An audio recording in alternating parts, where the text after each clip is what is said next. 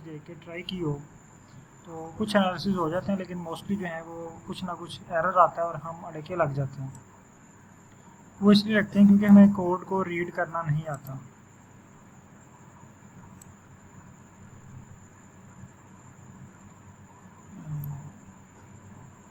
तो हमें कोड जो है वो रीड करना नहीं आता। अगर हमें देखें, कल हमने किया कोरिलेशन एनालिसिस। कोरिलेशन एनालिसिस के जो हैं वो बेशुमार स्क्रिप्ट कोड गूगल के ऊपर पड़े हुए हैं। आप गूगल पे लिखें ना कोरिलेशन एनालिसिस इन आर या स्क्रिप्ट फाइल इन आर, तो बेशुमार वेबसाइट्स हैं जो आपको उसकी कोडिंग प्रोवाइड करती हैं। लेकिन उस कोडिंग में जब आप उसको रन करते हैं तो वो एरर दे देती है। इसकी मेन वजह ये है कि हमने उस कोड को रीड ही नहीं करते। इसकी एग्जांपल ऐसे है कि जैसे हमने कोई ना लेटर लिखना हो या कोई सिंपल रिव्यू लिटरेचर पे आ जाते हैं, ठीक है। रिव्यू लिटरेचर लिखा और सेम उसी तरह उसको कॉपी करके पेस्ट कर दिया। अब वो लिटरेचर चाइनीज़ ज़ुबान में है, तो जिसको चाइनीज़ ज़ुबान आती है ना वही उसको रीड कर सकेगा और वही उसमें एडिट कर सकेगा। अब जिसको चाइनीज़ ज़ुबान आती नहीं है, उसको पता चला ये प्लांट का लिटरेचर है किसी भी प्लांट का, ठीक है, उसको उसने कॉपी किया और अपने थीसिस में लगा दिया। लेकिन जब जिसको वो आता है वो उसको रीड करेगा तो उसमें तो बहुत सारी गलतियाँ होगी, जो हो सकता है कि वो किसी और प्लांट पे हो, आपने किसी और प्लांट का लगा दिया हो, ठीक है। तो इसी तरह जब यहाँ पे आप लोग आर पे काम करेंगे तो आपको आर का कोड जो है वो भी रीड करना आना चाहिए। ठीक हो गया। तो आज की हमारी जो प्रैक्टिस होगी, कोड को रीड करना सीखेंगे हम, और दूसरी जो साथ टी टेस्ट का एनालिसिस भी करेंगे। तो यहाँ पे आप लोग ओपन कर लें अपना 5th बैच। मेरे पास जो है वो इंटरनेशनल बैच का जो है वो ओपन है प्रोफाइल। आप जो है वो यहाँ पे 5th बैच वाला जो है वो ओपन कर लें।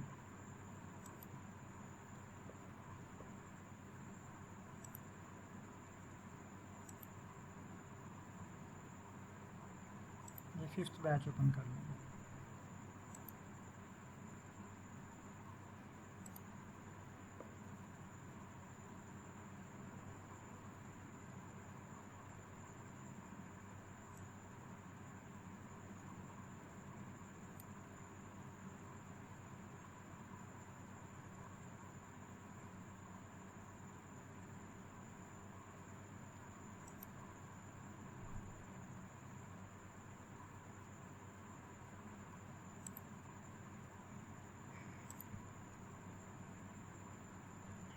ये देखें, हमने जो कल काम किया था वही यहाँ पे शो हो रहा है।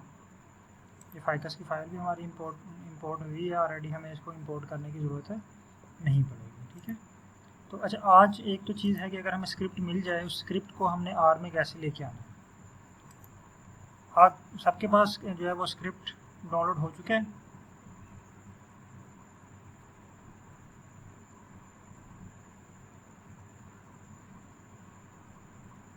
काइंडली बताइएगा स्क्रिप्ट डाउनलोड हो चुका है, तो फिर हम अगले स्टेप पे चलें।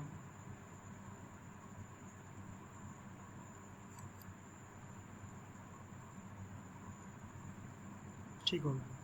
अच्छा, स्क्रिप्ट को आर में हमने कैसे लेके आना है, जैसे हम एक्सेल की फ़ाइल इंपोर्ट करके आर में लेके आते हैं ना, इसी तरह स्क्रिप्ट को भी हमने किसी वे से आर में लेके आना है। तो स्क्रिप्ट को आर में लेके आने के लिए अगर तो आपने आर ओपन किया होगा ना, तो स्क्रिप्ट पे ऊपर डबल क्लिक करें ना, आपके पास स्क्रिप्ट शो हो रहा है ऐसे।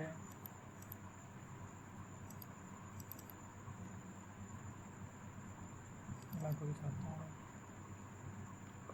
ये आर की एक्सटेंशन में आपके पास आ रहा होगा।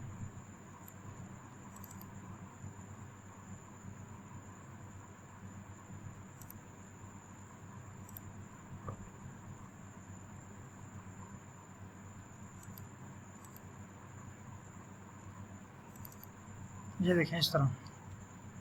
अब यहाँ से आपने चूज़ करना है ये वाली फाइल, इस पर डबल क्लिक करें। जब इस पर डबल क्लिक करेंगे तो ये आर में ओपन हो जाएगी, लेकिन उसके लिए ये ज़रूरी है कि आपके पास आर ऑलरेडी ओपन हो, ठीक है। ये देखें मेरे पास टी टेस्ट यहाँ पे आ चुके हैं। एक तो मेथड ये है। दूसरा मेथड ये है कि आप यहाँ पे आएँ फाइल में, फाइल से करें जी ओपन फाइल, ओपन फाइल में जाके देख लें कि आपकी लोकेशन कहाँ पे है, किस लोकेशन पे आपने सेव किया हुआ उसको। जैसे मेरे पास ये RStudio कोर्स, इसमें बैच 1, ये बैच 1 में सेव है, ठीक है। आप यहाँ से इसको डबल क्लिक करें तो ये आपके पास इंपोर्ट हो जाएगा। तो यहाँ तक इंपोर्ट कर लें सब लोग और फिर आगे चलते हैं।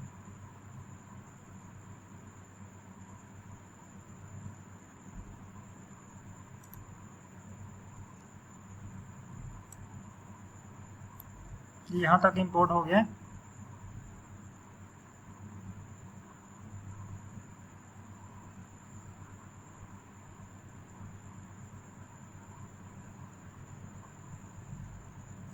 ठीक हो गया। अच्छा, आज का जो हमारा टॉपिक था वो टी टेस्ट, यानी कल जब हमने बात की कोरिलेशन की तो पहला क्वेश्चन हमारे जहन में क्या आना चाहिए था कि कोरिलेशन के लिए कौन सा पैकेज यूज़ होगा।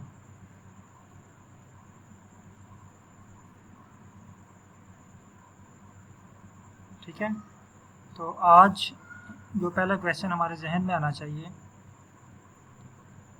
वो क्या है कि कौन सा पैकेज यूज़ होगा टी टेस्ट के लिए। अगर हमें पैकेज पता चल जाए तो समझें कि 50% से ज़्यादा हमारा जो है वो काम हो गया या हमें समझ आ चुकी है कि अब हमने क्या करना है। बात का तो ऐसा होता है कि हमें पैकेज ही नहीं पता चल रहा होता कि इस एनालिसिस के लिए हमने कौन सा पैकेज यूज़ करना है। जिस तरह एमफिल में या पीएचडी में जो नए स्कॉलर्स आते हैं ना, स्टूडेंट्स आते हैं जब, तो कुछ लोग तो एक्सपर्ट होते हैं जिनको लैब वर्क का आइडिया हो, जिन्होंने लैब में काम किया हो, जिन्होंने पहले फील्ड में काम किया हो एमफिल में, और फिर बास का तो उनको लैब में काम करना पड़ जाए। तो अगर उनसे कहा जाए कि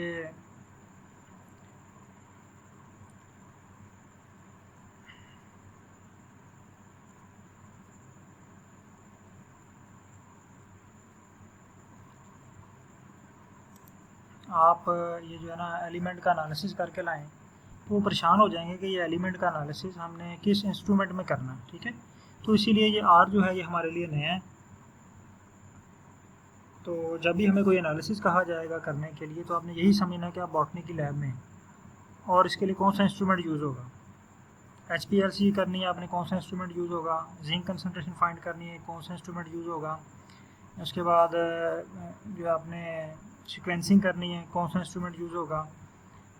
कंसनट्रेशन फाइंड करनी है किसी चीज़ की, कौन सा इंस्ट्रूमेंट यूज़ होगा। pH फाइंड करनी है, कौन सा इंस्ट्रूमेंट यूज़ होगा। सेम यहाँ पे जब आपको कहा जाए कि PCA निकालें तो आपके जहन में पहला क्वेश्चन कौन सा इंस्ट्रूमेंट यूज़ होगा। इंस्ट्रूमेंट से मुराद पैकेज कौन सा यूज़ होगा। तो यहाँ पे जो क्वेश्चन है हमारा कि टी टेस्ट के लिए कौन सा पैकेज यूज़ होगा। तो टी टेस्ट के लिए 4 पैकेजेस हैं। ggplot2, ये जो है वो प्लाट बनाने के लिए यूज़ होगा। को प्लाट होता है कि ये हमारा जो प्लाट बनेगा ना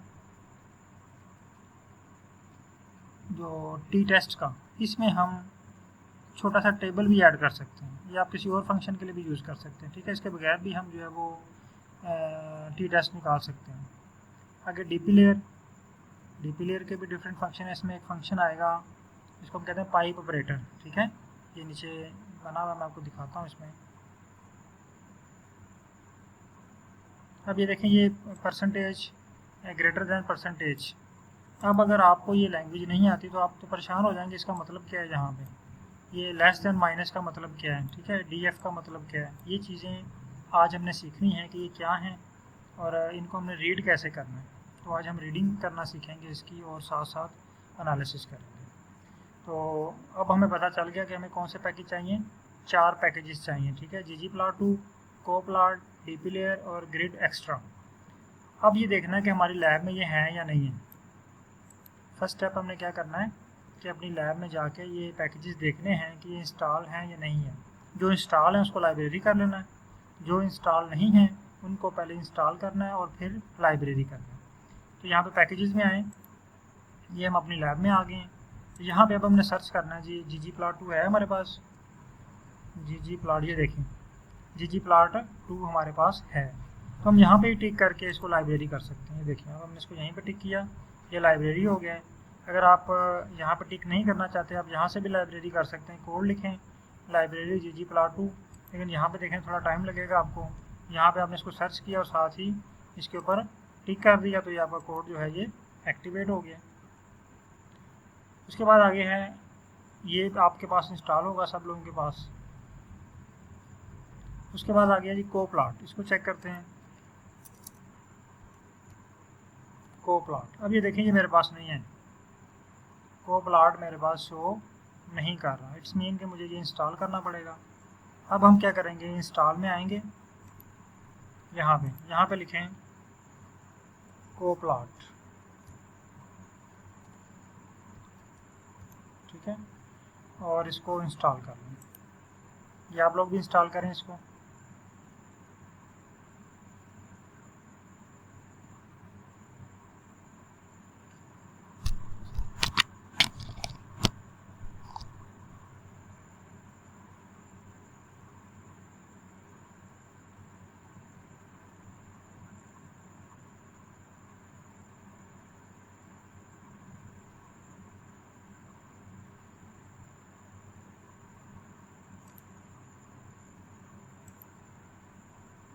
अच्छा, गुलनी साहब एक मैसेज आया, वो आपसे यही कह रहा है कि आप पैकेजेस इंस्टॉल करें, आपके पास पैकेजेस नहीं हैं। ये ऊपर उसने जो है ना वो येलो कलर के साइन में इसने दिया हुआ कि ये पैकेज इंस्टॉल करें, ठीक है, ये पैकेज आप इंस्टॉल करें जो वो रिकमेंड कर रहा है आपको।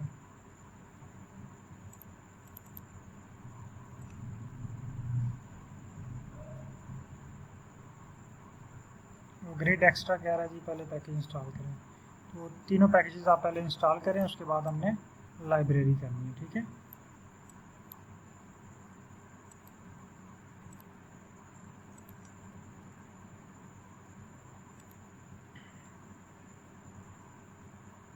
ठीक हो गया। अच्छा, इसके बाद ये पैकेज हमारे पास इंस्टॉल हो चुका है। अब हमने क्या करना है कि दूसरा पैकेज नंबर 3 इसको इंस्टॉल करने के बाद इसको लाइब्रेरी करना है। मेरे पास ये भी इंस्टॉल नहीं हुआ, मैं इसको अगेन ट्राई करता हूँ।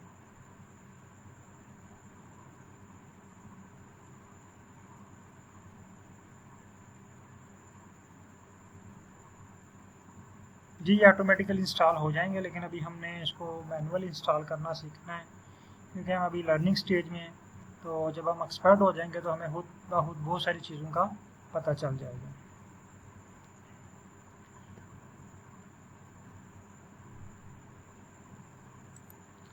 अच्छा, अब यहाँ पे आए इंस्टॉल पे, मेरे पास ये भी इंस्टॉल नहीं हो रहा, आपके पास ये इंस्टॉल हो चुका है। अच्छा, आपके पास इंस्टॉल हो चुका है तो आप आगे आएँ, डीपी लेयर इसको सर्च करें और इसको इंस्टॉल करें। फिर इसी तरह ग्रिड एक्स्ट्रा इसको इंस्टॉल करें और लाइब्रेरी कर लें। यानी आपके पास 4 जो पैकेजेस हैं ये लाइब्रेरी होने चाहिए, इंस्टॉल होने चाहिए और लाइब्रेरी होने चाहिए। तो जल्दी से जब तक मेरे पास ये जो है वो इंस्टॉल होता है तो आप इसको लाइब्रेरी कर लें, इंस्टॉल कर लें और लाइब्रेरी कर लें।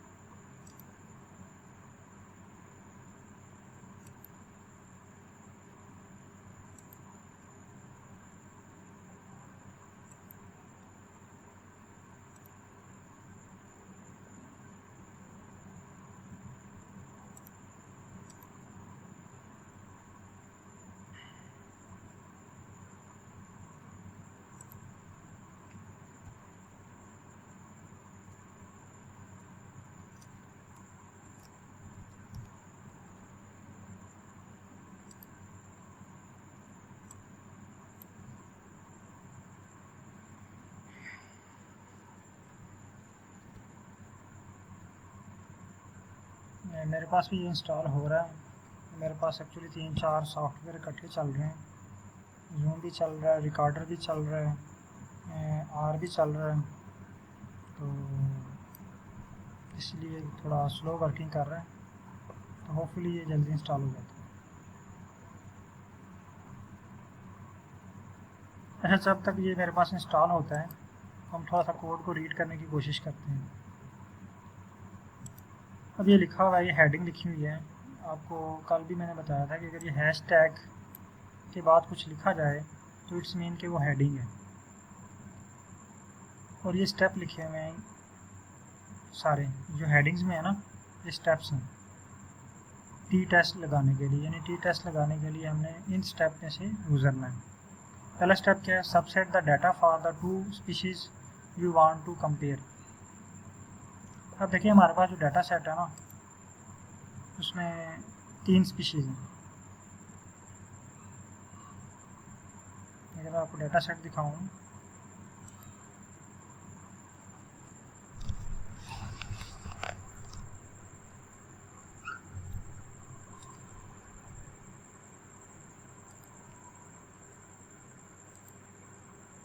ये देखिए इसमें 3 स्पीशीज़ हैं। स्पीशीज़ 1 है, नीचे जो है स्पीशीज़ 2 है और स्पीशीज़ 3 है। इन 3 स्पीशीज़ हैं, ठीक है। तो हमने क्या करना है कि 3 ग्रुप है हमारे पास। स्पीशीज़ 1 का ग्रुप, स्पीशीज़ 1 में 50 रेप्लिकेट हैं, 50 रेप्लिकेट स्पीशीज़ 2 में है, 50 में है 3 में। और ये जो टी टेस्ट होता है ये 2 ग्रुप्स के दरमियान हम लगाते हैं। तो यहाँ पे हम स्पीशीज़ 1 और स्पीशीज़ 2 के दरमियान चेक कर सकते हैं, स्पीशीज़ 1 और स्पीशीज़ 3 के दरमियान चेक कर सकते हैं, लेकिन करना हमें 2 ग्रुप्स के दरमियान है। इससे ज़्यादा हम इसको यूज़ नहीं कर सकते। तो असल कोड हमारा देखें यहाँ से शुरू होता है, फाइकस $। ये $का मतलब अब आप लोगों को पता चल गया होगा क्या है।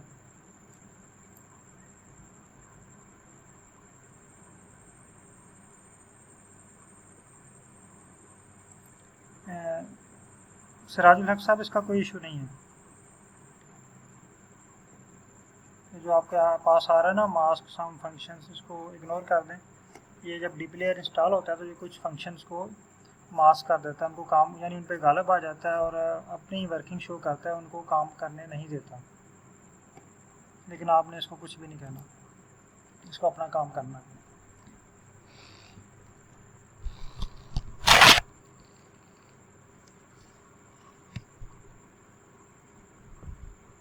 अच्छा, यहाँ पे ये देखें कि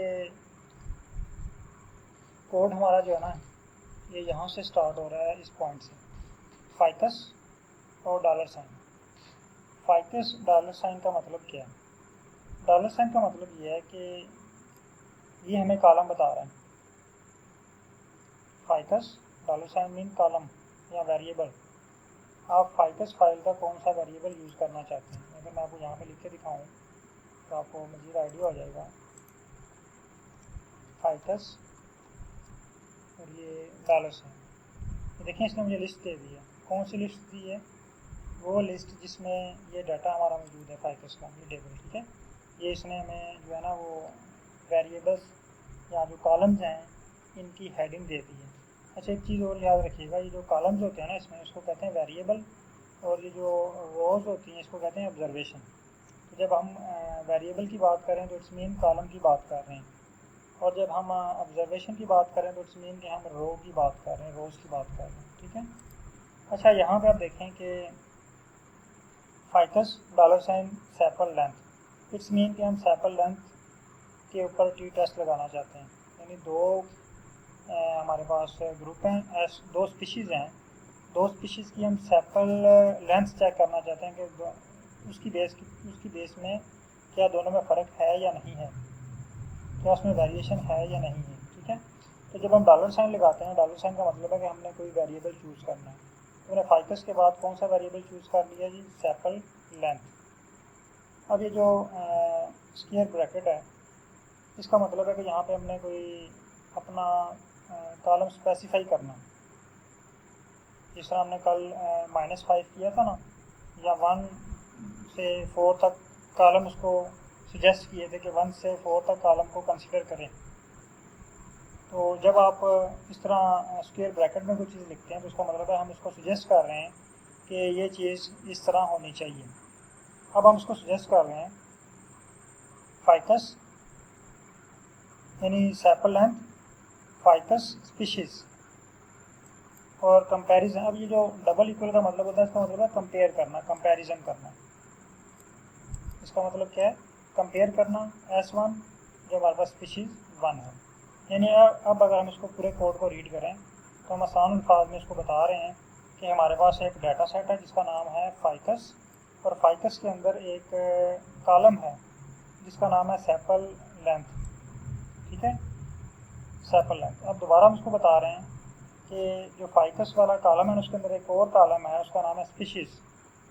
ठीक है, इसको हमने कंपेयर करना है, स्पीशीज़ को कंपेयर करना है। ठीक है, यानी स्पीशीज़ के अंदर ये अगर मैं आपको दिखाऊं, ये यहाँ पे देखें स्पीशीज़ स्पीशीज़ के अंदर सब हेडिंग है S1 S2 S3। ठीक है, यानी जो कॉलम का नाम है, जो कॉलम का टाइटल है वो S1 है, S2 एंड S3। हम इसको बता रहे हैं कि एक लाइन क्रिएट करें जिसमें हम कंपैरिजन करना चाहते हैं किसका? S1 का। अब हमने ये कोड इतना रन करेंगे तो कोड रन हो जाएगा, लेकिन हमने इसका नाम रखना है इस कोड का। ठीक है, इसका नाम क्या रख दिया? S1 सैपल लेंथ, यानी स्पीशीज़ 1 की सैपल लेंथ को हमने इकट्ठा कर लिया। देखें सब सेट द डाटा को हमने रीअरेंज कर लिया। तो इससे क्या होगा, इसको रन करके चेक करते हैं।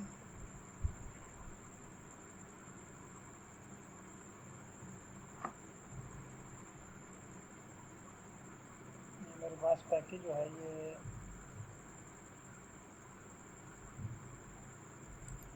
डाउनलोड हो गया है, मैं इसको इंस्टॉल कर दूँ। अच्छा, इसको रन करते हैं, रन करके चेक करें।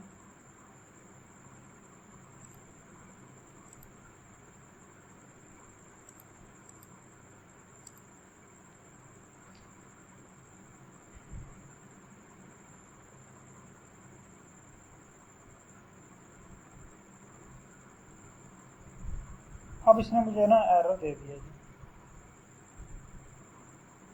आपके पास भी एरर आया कि कोड रन हो गया?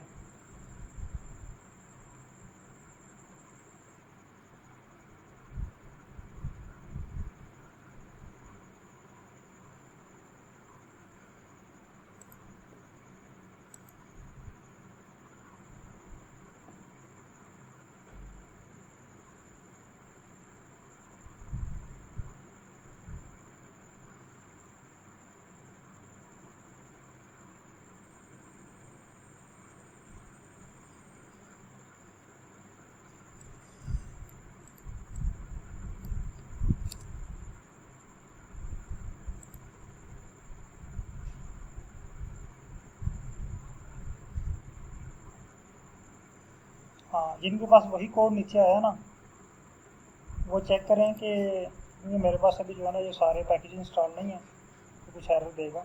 आप चेक करें कि आपके ग्लोबल इन्वायरमेंट में S1 सैपल लेंथ का एक फंक्शन जो है वो आर्गूमेंट क्रिएट हो गया।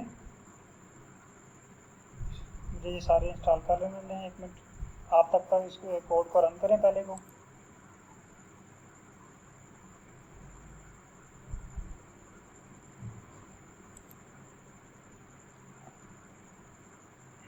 ये इस तरह देखें, ये मेरे पास अब ये हो गया है, को प्लॉट लाइब्रेरी हो चुकी है। आप ये देखें मेरे पास आ गया।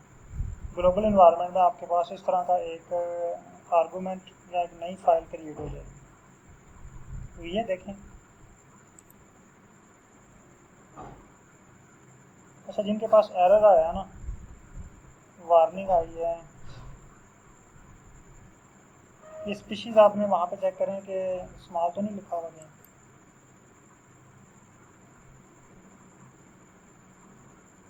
इसी कोड को आपने रन करना है, इसमें कोई आपने एडिटिंग नहीं करनी।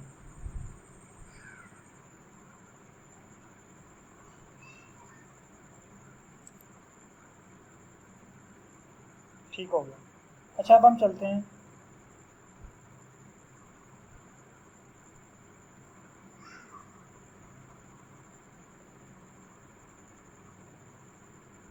हाँ, अगर आपके पास देख लें, अगर आपके पास फाइकस की ये वाली फ़ाइल है ना, जिसमें इस तरह का डाटा है S1 ये देख लें, ठीक है। तो इस तरह ये आपके पास अगर इस तरह की फ़ाइल है तो आपके पास ये रन होगा। चलें ये मैं आपको ना ग्रुप में शेयर कर देता हूँ और वहाँ से कॉपी कर लें। अच्छा ये 2 कोड रन करें दोनों जल्दी से। अच्छा एक कोड रन हो गया मेरे पास।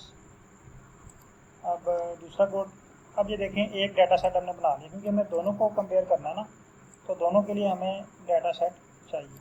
अब दूसरे को हम बना लेते हैं, इसका भी डाटा सेट बना लेते हैं, ठीक है। इस कोड को रन करते हैं। ये देखें मेरे पास ग्लोबल इन्वायरमेंट में 2 डाटा सेट आ चुके हैं।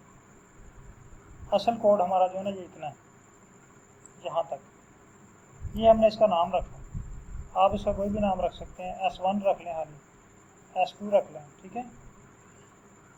S1 सैपल लेंथ इसलिए रखा है क्योंकि हम सैपल लेंथ पे काम कर रहे हैं ताकि हमें याद रहे। अगर हमारे पास ज़्यादा डाटा सेट है तो बार बार हमें ये भूल ना जाए कि हम कौन से पैरामीटर पे काम कर रहे हैं। तो इसलिए मैंने S1 का सैपल लेंथ का डाटा अलग से बना लिया और S2 का सैपल लेंथ का डाटा जो है ये अलग से बना लिया। यानी मैंने इसको कह दिया कि मेरे पास एक फाइकस की फ़ाइल है जिसका नाम है सैपल लेंथ और इसकी स्पीशीज़ है S1, इसको मैं कंपेयर करना चाहता हूँ। फिर मैंने दोबारा बताया कि मेरे पास दूसरा ग्रुप है ये वाला S2, इसमें जो है ना फाइकस, इसमें सैपल लेंथ की बेस पे मैं स्पीशीज़ 2 को कंपेयर करना चाहता हूँ। तो यहाँ तक 2 कोड रन करें और देखें आपके पास ग्लोबल इन्वायरमेंट में 2 आर्गूमेंट या 2 नई फाइल क्रिएट्स हो जाएंगी।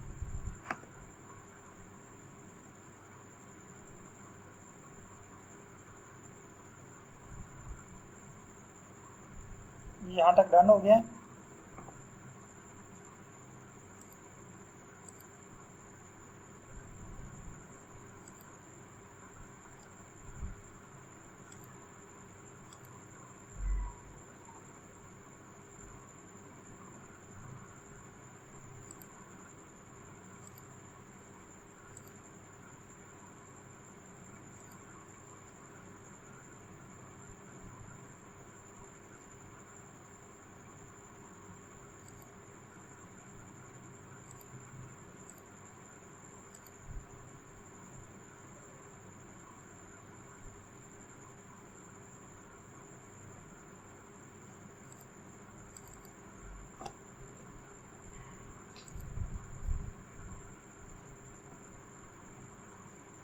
आपके पास कोई एरर आ रहा है मोहम्मद यूनुस साहब? सर काइंडली आप जो है वो शेयर कीजिएगा स्क्रीनशॉट जिसमें चारों स्क्रीन शो हों।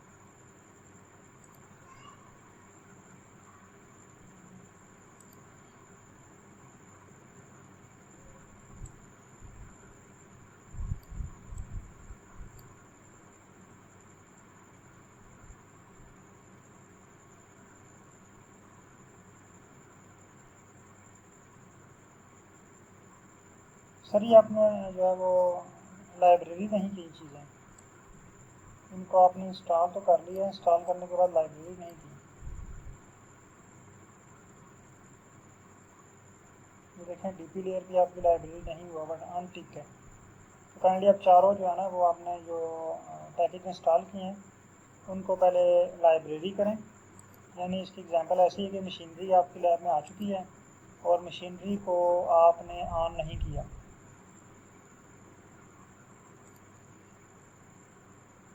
मशीनरी पे काम करने के लिए हमें पहले मशीनरी को ऑन करना पड़ेगा। तो उनको लाइब्रेरी करें,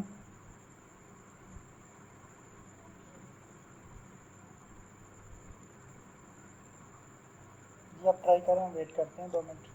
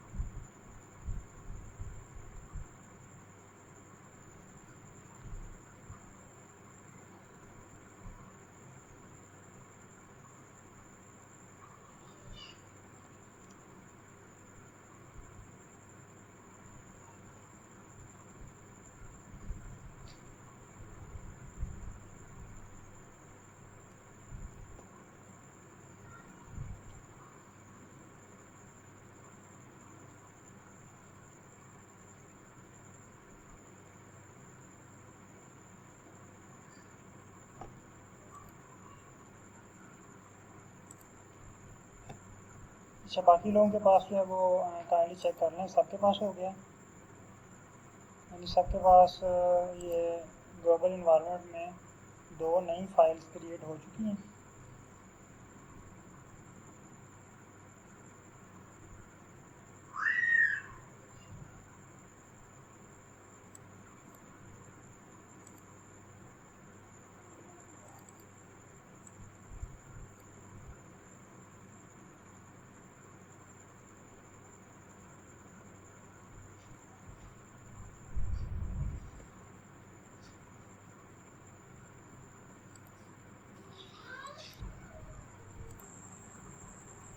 सॉरी, मैं थोड़ा अगेन आपको रिवाइज कर देता हूँ। एक्चुअली वो रिकॉर्डिंग जो है उसमें मिस हो गई थी, वो मैंने स्टॉप की और वहीं पे रुकी रही। ये दोबारा थोड़ा सा मैं आपको ना ऊपर वाला रिवाइज कर देता हूँ, DF वाला। अच्छा, यहाँ पे हमने DF मीन के हमने डाटा फ्रेम बना लिया। डाटा फ्रेम हम इसलिए बनाते हैं ताकि हमारे पास जो बहुत ज़्यादा डाटा या एक्सेल की फाइल का में बहुत ज़्यादा कॉलम्स, बहुत ज़्यादा रोज़ होती हैं, उसमें से हमने अपनी मर्ज़ी का डाटा एक्सट्रैक्ट करना है, जिस डाटे के ऊपर हम एनालिसिस करना चाहते हैं। बाकी डाटा हमारे काम का नहीं, जैसे S3 है वो हमारे काम का नहीं है। लेकिन अगर हम चाहते हैं कि S1 और S3 को कंपेयर करना, तो फिर हम क्या करते हैं, हम 2 को माइनस करते हैं ना। तो वो अगर हम एक्सेल में करें तो भी ठीक है, लेकिन एक्सेल में आपको टाइम लग जाएगा थोड़ा सा। यहाँ पे आपने जस्ट ये कोड लिखना है और उसको बता देना है और उसने आपको डाटा अरेंज करके दे देना है। तो यहाँ पे स्पीशीज़ और REP mean replicate, C mean combine, हमने S1 को और S2 को आपस में कंबाइन कर दिया है। इसी तरह यहाँ पे C मीन कंबाइन और L मीन लेंथ, यानी इसको हमने लेंथ वाइज कंबाइन किया, किसको, सैपल लेंथ को, यानी जो हमारे पास 2 ग्रुप बने हैं, ये 2 ग्रुप बनाए हैं हमने, ठीक है। 1 ग्रुप ये और 2nd ग्रुप ये, इन दोनों ग्रुप को हमने लेंथ वाइज अरेंज किया है। इसी तरह हमने सैपल लेंथ को भी जो है वो अरेंज कर दिया S1 ग्रुप में और S2 ग्रुप में। और इसको रन करेंगे तो आपके पास DF के नाम से एक नई फाइल जनरेट हो जाएगी। अब हमने ggplot2 को यूज़ करना है। ये फंक्शन ये आपको यूज़ करना आता है और बहुत आसान है। 5-6 दिन हम इसी पे ट्राई करते रहे। तो यहाँ पे देखें ggplot, ये हमने इसको दे दिया डाटा। अब देखिए वहाँ पे हम लिखते थे डाटा, वो हम सीखने के लिए लिखते थे। अगर वहाँ पे डायरेक्ट फाइकस भी लिख देते हैं ना, तो भी आपका ग्राफ बन जाना था, ठीक है। तो अब आप जैसे जैसे थोड़ा सा एक्सपर्ट होते जाएंगे, आपके लिए नई चीज़ों का इंकशाफ होता जाएगा। ये तो हमने ऐसे सीखी, ये ना होता तो हम तब भी कर लेते हैं, ठीक है, लेकिन वो हमें पता होना ज़रूरी था कि ये DF का मतलब क्या है। अब हमें ये देखें, यहाँ पे पता चल गया कि DF का मतलब क्या है, जो हमारा डाटा सेट है, ठीक है। अगर हम वहाँ पे डाटा ना लिखते, डायरेक्ट लिखते, तो हमें कन्फ्यूजन रहती कि ये DF क्या है। तो DF मीन कि हमारा जो डाटा सेट है। उसके बाद मैपिंग भी हमने यहाँ से डिलीट कर दिया। अब हम डायरेक्ट यूज़ कर रहे हैं एस्थेटिक। अगर आप मैपिंग भी यहाँ पे लिखेंगे तो फिर भी आपका प्लॉट बन जाएगा, लेकिन एस्थेटिक लिखेंगे आपका टाइम भी बचेगा, कोड भी आपका मुख्तसर हो जाएगा, छोटा हो जाएगा। एक्स एक्सिस पे आप सैंपल लेंथ रखना चाहते हैं और फिल करना चाहते हैं बाई स्पीशीज़ की, ठीक है। आगे प्लस जियोम डेंसिटी बनाना चाहते हैं और अल्फ़ा जो होता है, हाँ ये अल्फ़ा ये ट्रांसपेरेंसी के लिए यूज़ होता है। ये भी प्लॉट बनता है, तो फिर मैं आपको इसको क्लियर करता हूँ कि अल्फ़ा का मतलब क्या है। या आप अल्फ़ा रखना चाहें तो रख सकते हैं, डिलीट करना चाहें तो उसको डिलीट कर सकते हैं। प्लस लैब्स, ये भी हम यूज़ कर चुके हैं कि हम किसी चीज़ को लेबल करने के लिए यूज़ करते हैं। फिर थीम का ऑप्शन भी हम यूज़ कर चुके हैं, ठीक है। फिर थीम, ये लीजेंड्स जो हैं, लीजेंड्स जो बनेंगे उसका थीम। फिर स्केल, फिल, मैनुअल, हाँ ये चीज़ है। अभी देखें कि मैनुअली हम इसको कलर दे सकते हैं। देखें फिल हमने किया बाय स्पीशीज़, ये भी ठीक है। लेकिन अगर हम चाहते हैं कि हम इसको मैनुअली कलर दें, आप इसको वाइट भी कर सकते हैं, रेड भी कर सकते हैं। इसलिए मैंने कोड लिख दिया ताकि बास का सुपरवाइज़र हमें कहते हैं कि इसका कलर जो है ना ये रेड रहने में, रेड अजीब सा लग रहा है, आप इसका ग्रीन और वाइट कर लें, या ग्रीन और जो है ना वो येलो कर लें, तो फिर हम यहाँ से मैनुअली इसमें इसका कलर भी चेंज कर सकते हैं। तो इस कोड को रन करते हैं यहाँ तक। ये देखिए ये कोड हमारा रन हो गया और इसने हमें एक नया आर्गूमेंट बना के दे दिया, डेंसिटी डॉट प्लॉट। यानी इसने हमें प्लॉट ड्रा नहीं करके दिया, बल्कि इसने क्या किया, हमें एक नया आर्गूमेंट बना के दिया। अब हम इसको अगर यूज़ करते हैं, यहाँ पे लिखते हैं, जस्ट इसको कॉपी करते हैं ना, मैं यहाँ पे आपको ये कोड को सिर्फ इतना लिखें, इसको कॉपी करें और यहाँ पे लिखें, इसको रन करके चेक करते हैं क्या आते हैं।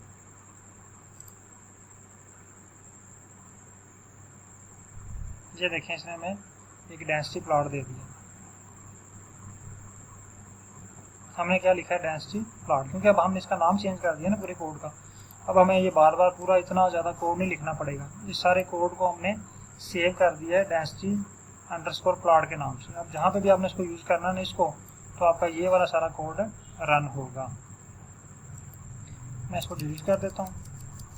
अब हम चलते हैं इसको थोड़ा सा प्रोफेशनल करने के लिए, यानी पब्लिकेशन रेडी प्लॉट बनाने के लिए। अब हम इसमें समरी भी ऐड करना चाहते हैं थोड़ी सी ना, कि इसमें जो है वो मीन, वैल्यू, शैल्यू, छोटी मोटी चीज़ें जो इसके साथ आएँ। तो ये चीज़ एक इम्पोर्टेंट है समरी स्टैटिस्टिक में, कि यहाँ पे देखें पाइप ऑपरेटर है, ये वाला फंक्शन, ठीक है। ये डीपी लेयर का फंक्शन है। मैं चेक कर लेता हूँ, मेरे पास डीपी लेयर जो है ये इंस्टॉल्ड है, ठीक है, इंस्टॉल्ड है। ग्रिड एक्स्ट्रा इंस्टॉल नहीं है, मुझे इसको इंस्टॉल करने की ज़रूरत है, तो मैं इसको इंस्टॉल पे लगा देता हूँ। बल्कि पहले ये कर लेते हैं, फिर स्टेप पे आके इसको इंस्टॉल पे लगाते हैं। अच्छा, यहाँ तक आप परफॉर्म कर लें, आपके पास डेंसिटी का प्लॉट आ जाएगा। उसके बाद नेक्स्ट आपने करना है,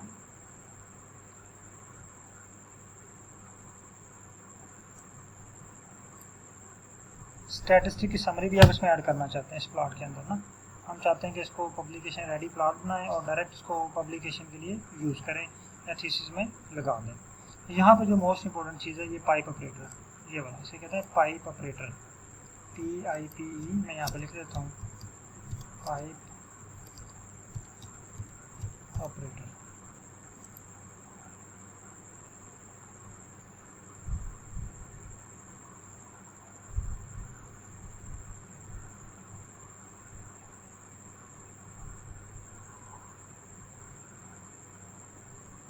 ये मिराज साहब आप क्या कहना चाह रहे हैं, प्लॉट रिपीट करूं, क्या रिपीट करूं? अच्छा, ये पाइप ऑपरेटर है ना, ये होता है कि जैसे बास का तो होता है ना केमिस्ट्री में, एक रिएक्शन के प्रोडक्ट्स वो अगले रिएक्शन में एज अ रिएक्टेंट काम कर रहे होते हैं, फिर उस रिएक्टेंट के जो प्रोडक्ट बनते हैं वो उससे अगले रिएक्शन में एज अ रिएक्टेंट काम कर रहे होते हैं, एक सीरीज चल रही होती है ना। सेम पाइप ऑपरेटर भी इसी तरह काम करता है। पाइप ऑपरेटर क्या करता है, ये समरी स्टैट के रिजल्ट्स को, ये फॉर एग्जांपल रिएक्टेंट है, ये रिजल्ट्स कमांड को रन करेंगे, इसके जो रिजल्ट्स आएंगे ना उसको यूज़ करेगा group by. Group by mean कि हम इसको ग्रुपिंग करेंगे बाई स्पीशीज़ की बेस के ऊपर। स्पीशीज़ की बेस के ऊपर हमने 2 ग्रुप बना देने हैं, ठीक है। फिर अब इसका जो रिज़ल्ट होगा उसको समरीज ये यूज़ करेगी, हम इसमें मीन, मीडियन और स्टैंडर्ड डेविएशन निकालेंगे। तो इट्स मीन के समरी स्टैटिस्टिक के जो रिजल्ट्स होंगे उसको यूज़ करेगा ग्रुप बाई स्पीशीज़, और इसके जो रिजल्ट्स होंगे उसको यूज़ करके हम मीन, मीडियन और स्टैंडर्ड डेविएशन निकालेंगे। पाइप ऑपरेटर की समझ आ गई? पाइप ऑपरेटर एक ऐसा फंक्शन होता है,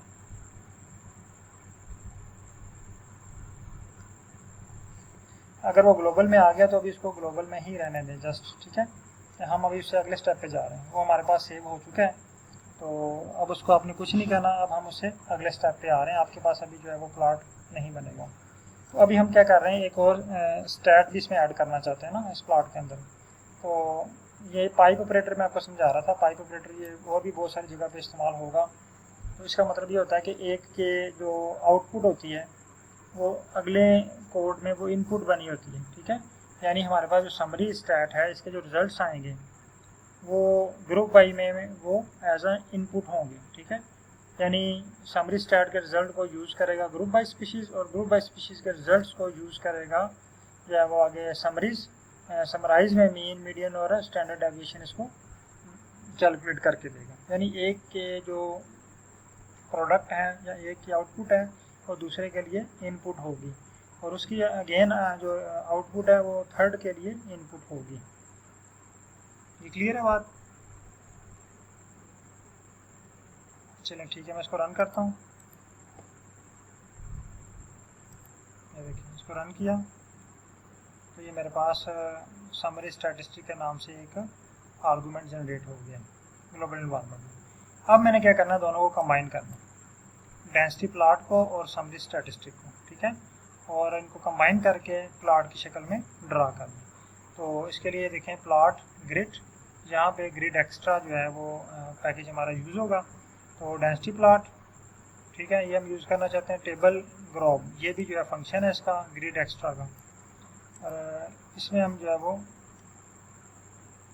सारी चीज़ें, थीम आपका कौन सा है, ठीक है, रील हाइट क्या है, इसमें थोड़ा सा डिफरेंट है जी प्लॉट 2 से। हम इसको रन करते हैं। एक इसने मुझे एरर दे दिया, ये कहता है जी table graph function not found. It's mean कि मेरे पास जो है वो ग्रिड एक्स्ट्रा जो है वो से इंस्टॉल नहीं है। तो मैं इसको पहले इंस्टॉल कर लूँगा। आपके पास ये इंस्टॉल है तो आपके पास प्लॉट बन चुका होगा। अगर आपके पास प्लॉट बन चुका है तो उसको काइंडली ग्रुप में शेयर कर दूँ। मैं इसको इंस्टॉल कर लेता हूँ, इसलिए मेरे पास ये एरर आया, कह रहा है आपके पास ये फंक्शन नहीं है। तो मैं इसको एक्स्ट्रा इंस्टॉल करता हूँ तो मेरे पास ये शो हो जाएगा। थोड़ा सा टाइम लेगा इंस्टॉलेशन में।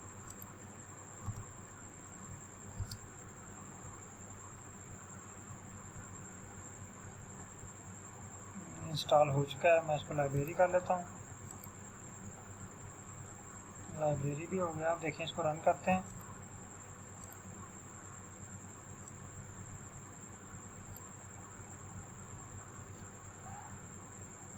ये देखिए, मैं आपको इसको जूम करके दिखाता हूँ।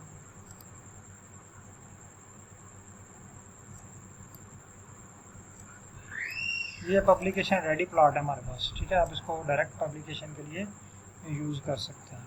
इसमें देखें नीचे हमें कंपैरिजन भी दे दिया और साथ ही बता दिया कि इसके मीन इतना है, मीडियन इतना है, स्टैंडर्ड डेविएशन इतनी है, और दोनों में सैपल विड्थ देखें जो है वो S1, ये ग्रीन कलर है, इसकी हाइट ज़्यादा है, ठीक है। इसकी जो है विड्थ ज़्यादा है लेकिन इसकी हाइट जो है ये कम है, यानी इसमें मैक्सिमम जो है वो जा रही है 1.2 पे, और जो स्पीशीज़ 2 है इसमें मैक्सिमम जो है वो 0.8 से कम है। सही है।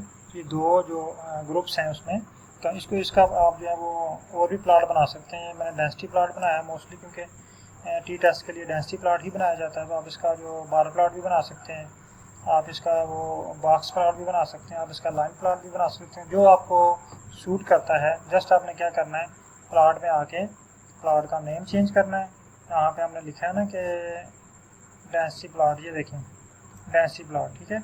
यहाँ पे आप जियोम बॉक्स करेंगे तो बॉक्स बन जाएगा, जियोम जो है वो कोई और करेंगे तो कुछ और बन जाएगा, ठीक है। अच्छा, यहाँ पे हम बात कर रहे थे अल्फ़ा की। अल्फ़ा होता है ट्रांसपेरेंसी। अब यहाँ पे ये देखें, अगर आपको ये प्लॉट शो हो रहा है तो यहाँ पे बैकग्राउंड में जो पीछे ग्राफ की लाइनें हैं ना वो भी आ रही हैं, ट्रांसपेरेंट है। ये ट्रांसपेरेंसी को कंट्रोल करता है। अगर आप इसको 2 करते हैं तो ये और थोड़ा सा हल्का हो जाएगा, ठीक है। आप इसको रन करते हैं एंड वाले कोड को।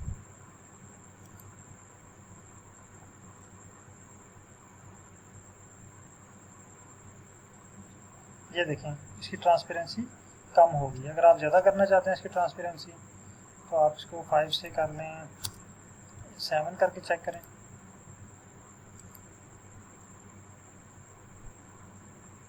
इस कोड को रन करने के बाद अगेन जो लास्ट कोड है उसको रन करें। ये देखें, ठीक है। अब ये ज़्यादा गाढ़ा हो चुका है, या जिसे डेंस कहते हैं, या डार्क कलर हो चुका है, ठीक है। इसकी जो ट्रांसपेरेंसी है वो कम होगी, ओपैक ज़्यादा होगी।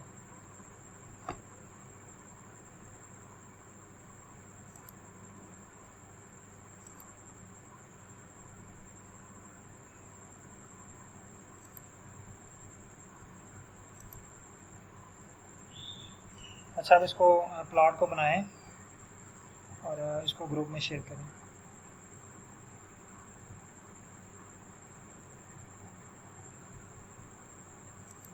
आप इसको पीडीएफ में डाउनलोड ना करें, आप इसको जो है ना वो एक्सपोर्ट करें एज अ इमेज, ठीक है। या इसको कॉपी करके यहाँ से कॉपी भी कर सकते हैं, और कॉपी करके ग्रुप ओपन करें और ग्रुप में इसको पेस्ट कर दें।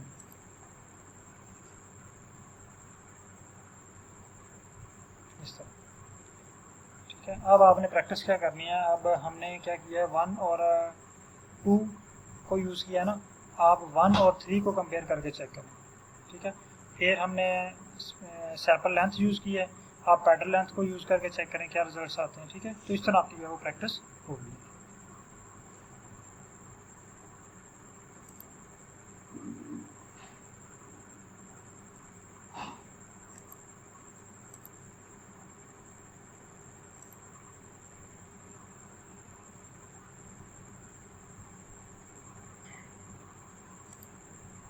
चलें, ठीक हो गया। आज की क्लास हमारी 9:15 पे चलेगी। अच्छा, यहाँ तक अगर क्वेश्चन है तो ठीक है, अदरवाइज़ आप इसकी प्रैक्टिस करें। और जैसे मैंने आपको बताया कि हमने यहाँ पे स्पीशीज S1 यूज़ किया है, आप S1 और 3 में करके देखें, S2 और S3 में कंपेयर करके देखें, और डिफरेंट प्लॉट बना के चेक करें, तब आपको जाके इसको सही जो अंडरस्टैंडिंग होगी। तो आज हमने इसको थोड़ा सा रीड करने की कोशिश की, तो नेक्स्ट 2 दिनों में हम मज़ीद रीडिंग और एडिटिंग की साथ प्रैक्टिस करेंगे, और साथ जो है वो एनालिसिस परफॉर्म करेंगे। बहुत शुक्रिया सर।